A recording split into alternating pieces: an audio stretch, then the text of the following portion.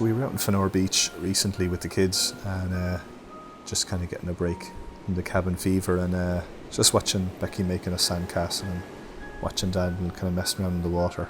I was reminded of Jesus' words in Matthew 7 about, the wise and the foolish builder.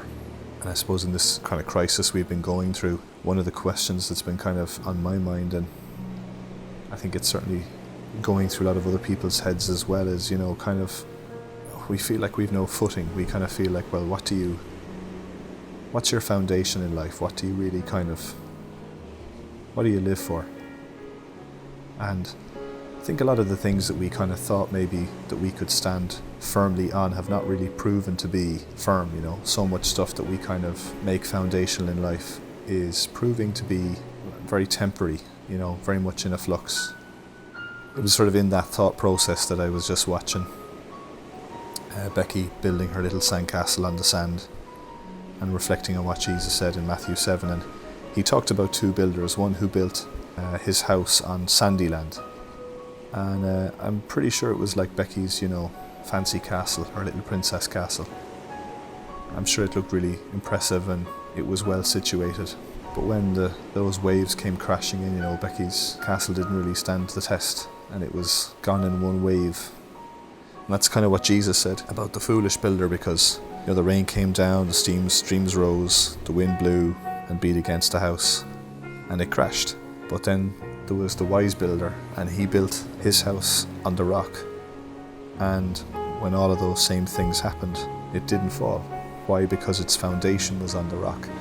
And I just think if there's anything I'm learning about this whole season with the coronavirus, is that so many things that I thought were important, or so many things that I gave importance to, gave time to, gave my treasure to, gave talent to, have just kind of disappeared. And life has been stripped back. And I'm back and kind of asking myself what's foundational in life. And what I've realized is that it's the words of Jesus. It's Jesus, my relationship with him. He is my rock. And I suppose the crazy thing is, and this is where it's great to have a relationship with Jesus, is that I can be wobbly. When I was out with the kids in Fenor, had a little tumble as well. The wind can be kind of, pushing me about a bit, or I can be slipping and sliding. But because he's the rock, he keeps me firm. He gives me that firm footing that I need in life.